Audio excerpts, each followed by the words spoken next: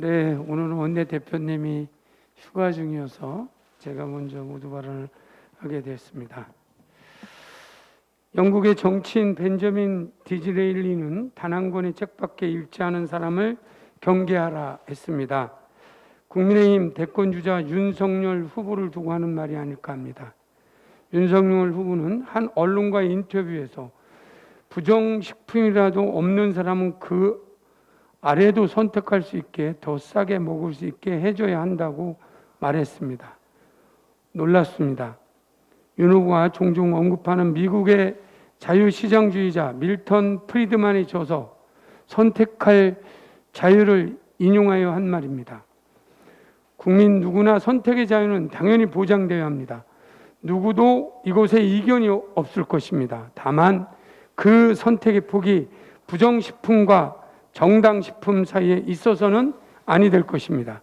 국민 누구나 빈부격차에 상관없이 건강하고 질 좋은 식품을 섭취할 수 있도록 하는 것은 국민의 기본권 중 하나이며 동시에 국가의 책임이기도 합니다. 국가의 책임은 모른 척한 채 국민께 선택을 강요할 수는 없는 일입니다. 단 한 권의 책도 읽지 않는 사람보다 단 한 권의 책만 읽은 사람이 왜 더 무서운지 이렇게 체감되고 있다니 안타깝습니다. 윤석열 후보는 다양한 실언 뒤 진위가 왜곡되고 와전되었다며 해명을 하고 계십니다. 본인도 답답할 것 같습니다. 그러나 듣는 국민이 제일 답답하다는 것을 아셔야 합니다. 한 번은 실수이지만 그 다음부터는 실수가 아닙니다. 한두 번도 아니고 발언마다 진위가 와전된다면 그것은 언론 탓도 아니요 국민의 탓도 아닌 바로 발언자 본인의 탓임을 아셔야 할 것입니다. 헌법에 보장된 국민의 기본권을 지켜줘야 하는 국가가 더 좋은 것을, 더 나은 것을 제공해 드리지는 못할 망정 부정하고 더 못한 것을 내밀어서야 되겠습니까? 이것이 윤석열 전 총장이 꿈꾸는 나라인 것인지 되묻지 않을 수 없습니다. 정치의 할 일은 내 사상을 가르치려는 것이 아니라 국민께 가장 좋은 것을 드리려는 노력임을 아시기 바랍니다.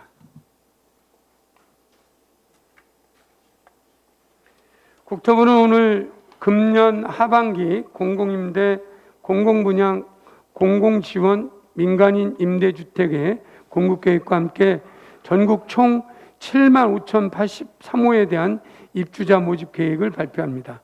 분기별로 하는 정례 발표이지만 약 6만 3천 호였던 작년 하반기와 약 7만 호였던 올 상반기보다 공급량이 증가한 것이 주목할 만합니다.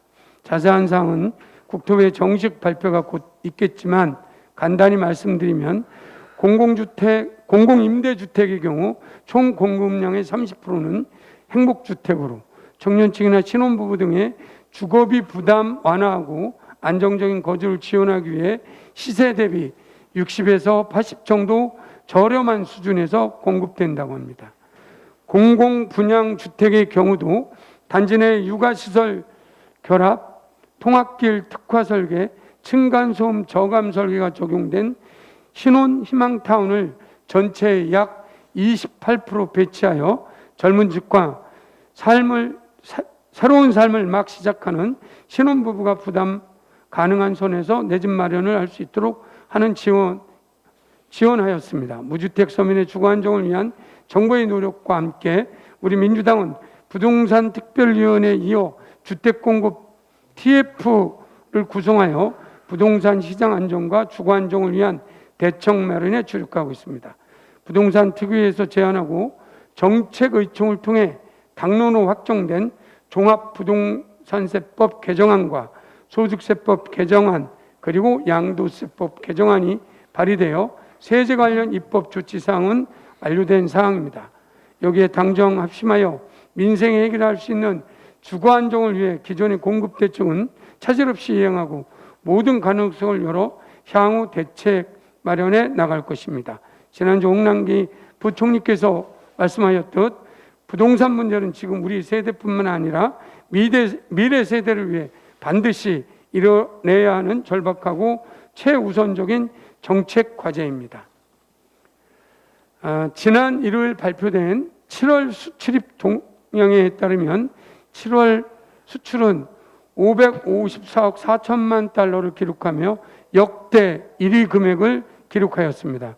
7월까지 누적 수출액이 3,587억 달러로 역대 1위를 기록했고, 수출 증가율은 역시 전년 동기 대비 29.6% 상승하며 11년 만에 최고치를 달성했습니다.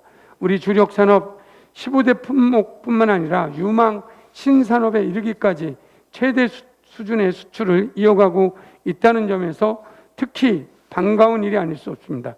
글로벌 교육의 회복세와 수출 단가의 강세, 해외 신용평가기관의 높은 평가, 수출 경기 지수의 호조 등의 긍정적인 시그널을 통해 우리 거시경제 펀더멘탈은 올 하반기에도 튼튼히 유지될 것으로 전망됩니다. 국내 주요 연구기관들도 하반기까지 이러한 상승세가 지속되어 연간 수출 6천억 달러, 무역 총액 1조 달러 시대로 복귀하게 될 것을 예상하고 있는 만큼 우리 당이 나서 예측이 현실이 될 수 있도록 최선을 다하겠다는 약속을 드립니다. 거시경제 회복과 성장 기쁘고 반가운 뉴스지만 그 이면에 가려진 민생의 어려움 역시 같은 정도의 관심을 받아 마땅합니다. 어제 당대표님께서도 말씀하셨듯 당정은 이번 통과된 2차 추경이 민생에 직접 온기를 빠르게 불어넣을 수 있도록 면밀히 살펴야 할 것입니다. 희망회복자금의 조속한 지급은 물론 10월 말부터 진행될 손실보상 역시 보상심의위원회 등 지급 절차를 완배해 줄 것을 재삼 당부드립니다. 우리 민주당은 국민이 체감할 수 있도록 수준이 민생경제 회복이 이루어지도록 제도적 지원을 아끼지 않겠습니다. 마지막으로 민생경제 말씀드리는 김에 한 말씀 더 드리겠습니다. 코로나19 여파와 연일 계속되는 폭염으로 농축산물 생산량이 급격히 저하되고 이로 인해 서민들의 밥상 물가까지 들썩이고 있습니다. 시금치 도매 가격은 한 달 새 무려 121%나 급증했고 육회 소매액 가격은 2년 6개월 만에 최고치를 경신했습니다. 정부는 폭염에 취약한 축산 농가를 대상으로 냉방기 작동 여부 등 대비 상황에 대한 철저한 점검 및 지원 대책 마련에 나서주기 바랍니다. 당도 농축산물 수급 상황에 대한 모니터링을 강화하고 농가와 소비자의 2차 피해를 예방하기 위해 지속적인 수급 관리에 만전을 다하겠습니다. 민주당은 서민들의 장바구니가 아닌 마음이 무거워지는 일이 없도록 농축산물 가격 안정 대책 마련에 총력을 다하겠습니다. 오늘은 제가 발의한 양도소득세 관련 소득세법 개정안에 대하여 말씀드리겠습니다. 이번 소득세법 개정안의 주요 내용은 첫 번째, 양도소득세 비과세 기준 금액을 9억에서 12억으로 상향하는 것이었습니다. 두 번째는 이 법 개정 후에 최초로 취득하는 주택분부터 적용될 건데요. 양도차익 규모별로 보유기간 장기보유 특별공제율을 차등 적용하는 것입니다. 세 번째는 다주택자가 1주택이 되는 경우에 적용되는 장기보유 특별공제 적용 시한의 기산일을 변경하는 것으로 크게 세 가지로 요약할 수 있습니다. 먼저 비과세 기준금액 상향 조정에 대해서 말씀드리겠습니다. 실소유자의 부동산 거래세 부담 완화를 위해서 1주택자 비과세 기준금액을 현행 시가 9억에서 12억으로 상향했습니다. 즉 모든 1세대 1주택자의 세금 부담이 기존보다 줄어들게 됩니다. 더 적은 세금을 내게 된다는 뜻입니다. 보유기간 및 거주기간을 10년으로 가정하고 비과세 기준을 12억으로 상향할 경우에 이렇게 보시는 바와 같이 양도차익 5억에 대해서는 세금이 현행 500만 원에서 200만 원으로 줄고 양도차익 10억 원에 대해서는 세금은 1,000만 원이 줄고 20억에 대한 양도차익에 대해서는 1,500만 원 감소하는 등 전 구간에서 세금은 감소하게 됩니다.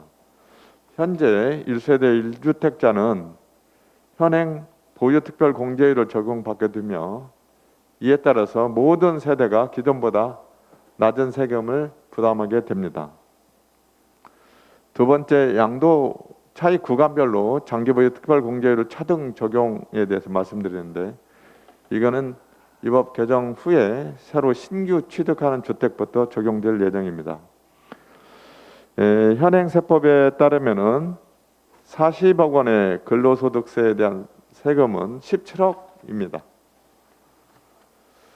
반면 주택 양도 차익에 대한 세금은 80%를 공제하게 되면 2억 4천에 불과합니다. 여기 보시면 양도소득세와 근로소득세 간에 이 세금이 소득금액에 따라서 이렇게 차이가 나는데, 예를 들어서 5억인 경우에 양도세는 15,000만 원인데 근로소득세는 1억 7,400입니다. 그래서 근로소득세가 무려 35배나 많은 세금을 부담하게 있습니다. 실제로 이런 세금 차이는 근로소득세보다 1세대 1주택이라도 이 자산 양도 소득에 대한 세액이 지나치게 낮아서 우리 사회의 부동산 주택에 대한 수요를 더 확대하고 또 똘똘한 집안채 현상을 더욱더 부추기는 그런 단점을 보완하기 위해서 이번에는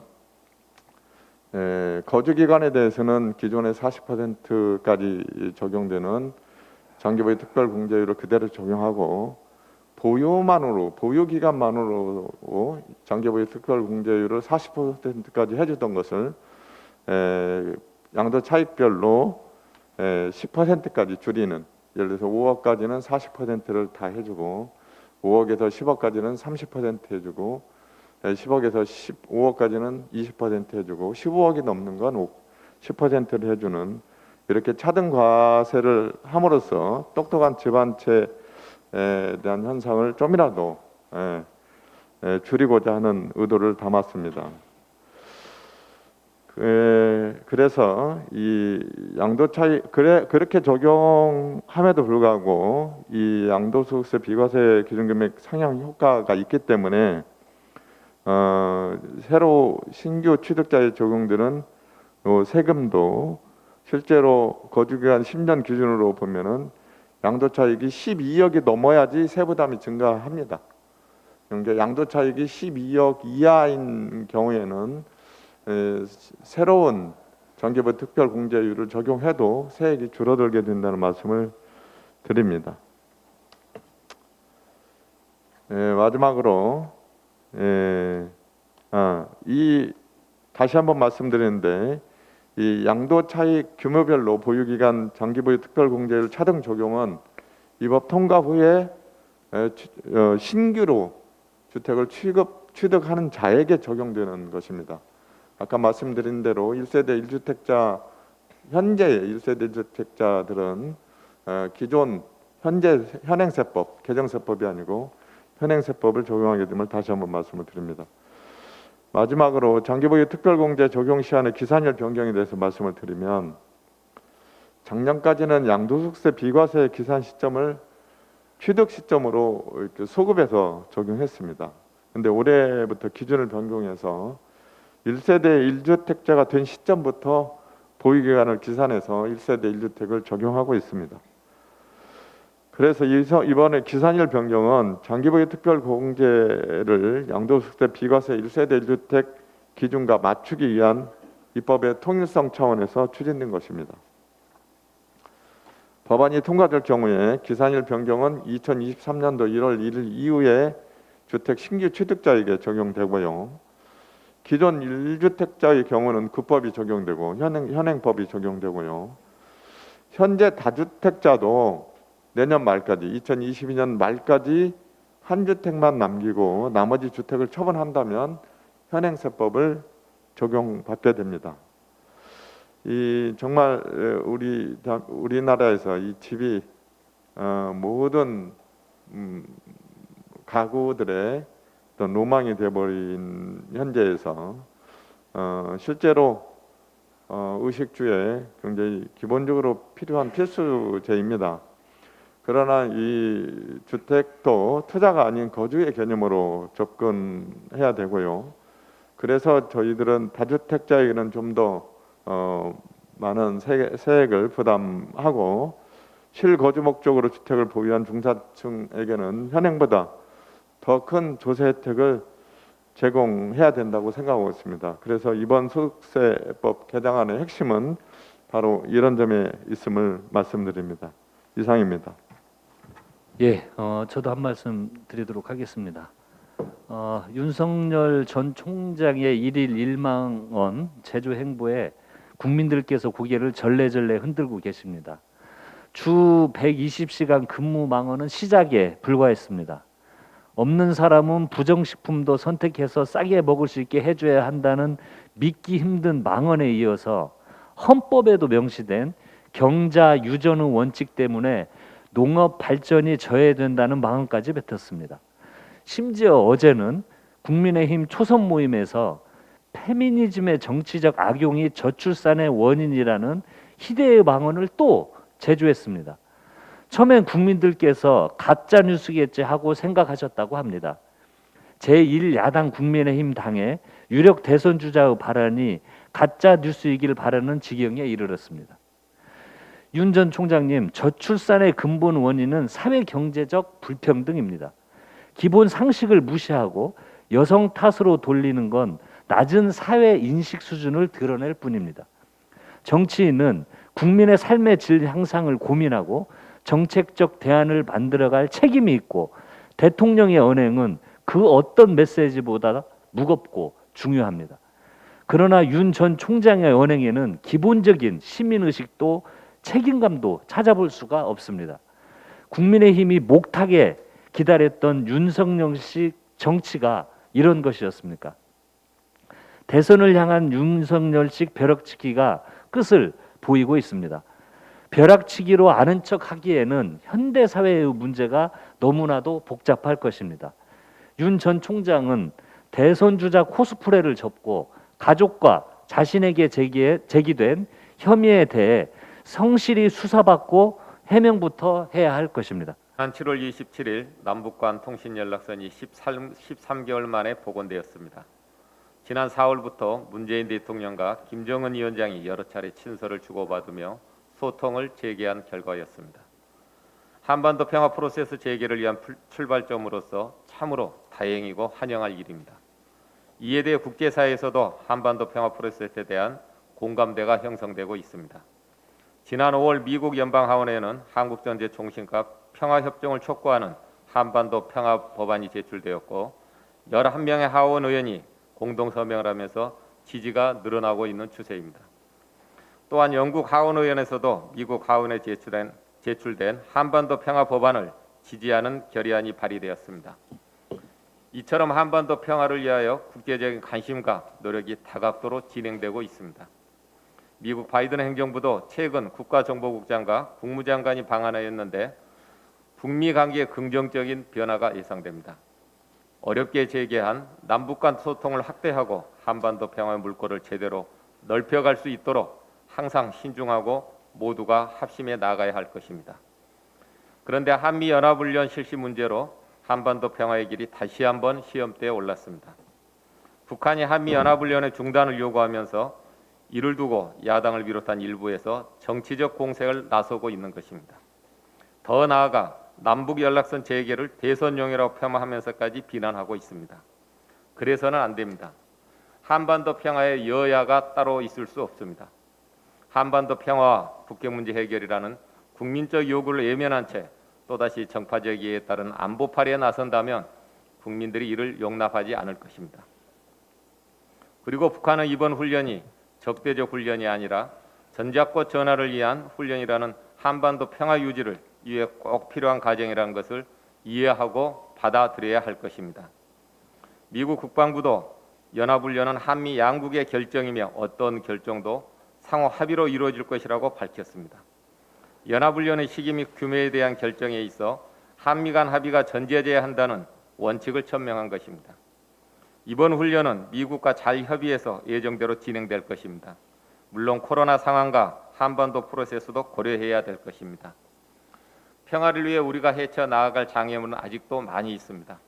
그럴수록 안으로는 정파의 이해를 떠나 합심해야 합니다. 밖으로는 굳건한 한미동맹을 토대로 의사결정이 이루어져야 할 것입니다. 북한도 한반도 평화 프로세스 전개에 전향적으로 협조하는 것이 앞으로 한반도 평화의 길로 가는 길임을 명심해 주시기 바랍니다. 기쁜 소식을 전해드립니다. 정부가 어제 이른바 장애인 탈시설 로드맵을 발표했습니다.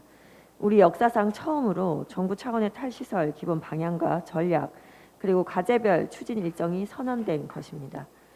하지만 우리나라 장애인 당사자와 각계는 물론 유엔 장애인 권리위원회의 권고 등 세계적 흐름에 비추어 정부의 응답이 많이 늦어진 데에 대한 유감을 표합니다. 그럼에도 저는 장애인 복지 패러다임을 탈시설, 지역사회 자립지원 정책으로 대전환하겠다는 국가적 선언이라는 점과 탈시설 정책의 성패는 중앙정부의 의지에 달려있다는 점에서 정부의 발표를 환영합니다. 저는 작년 12월 67분 의원님들과 함께 장애인 탈시설 지원 법안을 발의한 후 상임위에서 그리고 대정부 질문에서 정부의 장애인 탈시설 정책으로의 대전환을 호소하며 로드맵 마련을 거듭 촉구했습니다.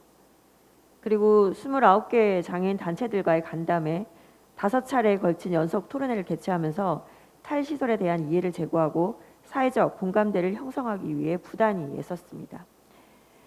그리고 어제 마침내 정부가 로드맵으로 응답했습니다. 내년 시범 사업을 거쳐 2025년부터 연 740여 명씩 자립을 지원하고 2041년 20년 뒤 탈시설화를 마무리하는 내용입니다. 그리고 인권침해 시설, 대규모 시설에 대한 조치가 강화되고 거주 시설은 이후 신규 설치가 금지됩니다. 탈시설 장애인이 가족의 돌봄 부담을 주지 않고 지역사회에서 독립해 살아갈 수 있는 전달 체계와 지원은 물론입니다. 또 기존 시설 종사자의 재취업, 고용 연계 지원 과제도 포함되어 있습니다. 물론 내용상 아쉬움도 큽니다. 탈시설을 시설을 변화시키는 지원 정책으로 정의를 해 시설 유지라는 오해의 소지가 있습니다. 그리고 지원 대상을 탈시설의 욕구가 있는 장애인으로 한정하고 있기도 합니다. 탈시설과 자립생활을 지원할 인프라와 서비스 내용이 여전히 불충분해 보호자들이 불안해하고 있습니다. 때문에 이젠 이러한 미비점을 보완하고 탈시설 정책을 차질 없이 추진하기 위해서는 무엇보다 장애인 탈시설 지원 법안의 통과가 시급합니다. 입법으로 탈시설 정책을 든든히 뒷받침할 수 있도록 장애인 탈시설 정책으로의 대전환이 성공적으로 이루어질 수 있도록 관련 법 통과에 국회와 정부는 물론 각계가 중지와 결계를 모아주시기를 바랍니다. 도쿄올림픽에서 우리 대표 선수들이 코로나19와 무더위라는 이중고 속에서도 최선을 다하는 모습을 보여주고 있습니다. 양국의 안산, 또 김재덕 선수, 수영의 또 황선우 선수, 높이뛰기의 우상혁 선수, 배구의 김연경 선수 모두 메달의 획득 여부를 떠나서 우리 대한민국의 자랑입니다. 특별히 이번 올림픽에서 제가 가장 응원했던 선수는 대표팀에서 유일한 우리 세종시 소속 여자 사격 김민정 선수였습니다. 0.3의 시력으로도 오직 정신력으로 무장하고 올림픽 무대에서 슛오프 접전 끝에 은메달을 딴 것을 진심으로 축하드립니다. 지난 주말 부동산 4채나 보유하고 있었던 김연아 SH공사 사장 후보자가 논란 끝에 사퇴했습니다. 공공주택 공급을 통해 1,000만 서울 시민의 주거 안정을 실현해야 하는 SH공사의 사장이 되기에는 부동산 욕심이 너무 컸던 것 같습니다. 자신이 가진 부동산은 시대의 혜택이라며 강남구 아파트와 서초구 상가는 그대로 두고 부산의 아파트와 오피스텔만 매각하겠다는 김 후보자의 내로남불 발언은 부동산 저격수 역할을 자처했던 과거의 김현아 의원과 같은 사람인지 의문마저 들게 했습니다. 김 후보자가 1,000만 서울 시민을 위한 공직 대신 부동산을 선택하며 자진 사퇴함으로써 김연아 논란은 일단락됐지만 다음 후보자를 임명해야 하는 오세훈 서울시장의 인사 마인드에 대한 우려를 표하지 않을 수 없습니다. 오세훈 시장은 남이 가진 것은 권력의 특혜이지만 내가 가진 것은 시대의 혜택이라는 김 후보자의 입장에 동의하십니까? 서울 강남 부동산은 두고 부산의 부동산만 매각해서 논란을 덮으려 한 꼼수가 옳다고 보십니까? 오세훈 시장은 LH 부동산 투기 사건의 광풍으로 당선된 분입니다. 보유 목적과 무관하게 다주택자에 대해 맹공을 펼치는 선거운동을 했고 그로 인해 시민들의 선택을 받았습니다. 불과 4개월도 되지 않아 국민들의 성난 부동산 민심을 잊으신 겁니까? 지금 서울은 정부의 부동산 대규모 공급 정책과 발맞춰 부동산 시장 안정화에 최선을 다해야 합니다. 공공정비사업과 공공직접시행 정비사업 등 공공의 역할이 매우 중요한 시기입니다. 이런 시점에서 서울시 공공주택 공급에 큰 역할을 해야 하는 SH공사의 사장 후보자로 김 후보자를 임명한 오세훈 시장의 인사는 첫 단조부터 실패했습니다. 곧 다음 SH공사 사장 후보자가 발표될 것입니다. 부디 서울 시민의 주거 안정과 복지 향상이라는 SH공사의 설립 목적에 맞는 분이 사장 후보자로 임명되기를 바랍니다. 이상입니다.